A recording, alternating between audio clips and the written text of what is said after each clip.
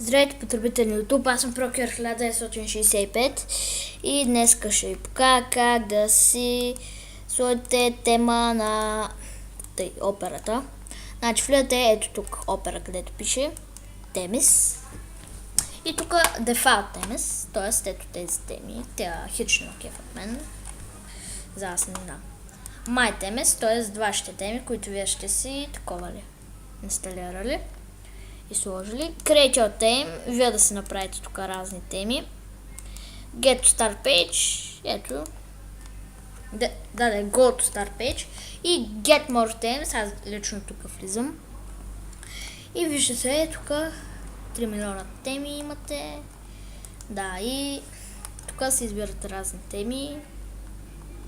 Примерно на мен тази ме харесва. Да. Отцъкте Add to Opera и чакате. И сега ще ви направя голямо, за да видите къде ви се инсталира. Ето тук. Да.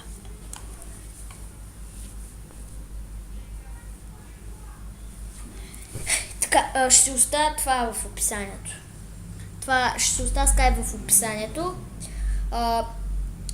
Искам да добавяте в Skype и ще ви звънна. Искам да или ще ви таковам. Кажете ми как да таковам клиповете, как да паузирам с Fraps. Пак трябва да е това. Как да паузирам с Fraps или просто в коментарите пишете, аз редовно таковам. Или вие си пишете Skype в коментарите, аз редовно си отварям YouTube да се преглеждам всеки ден.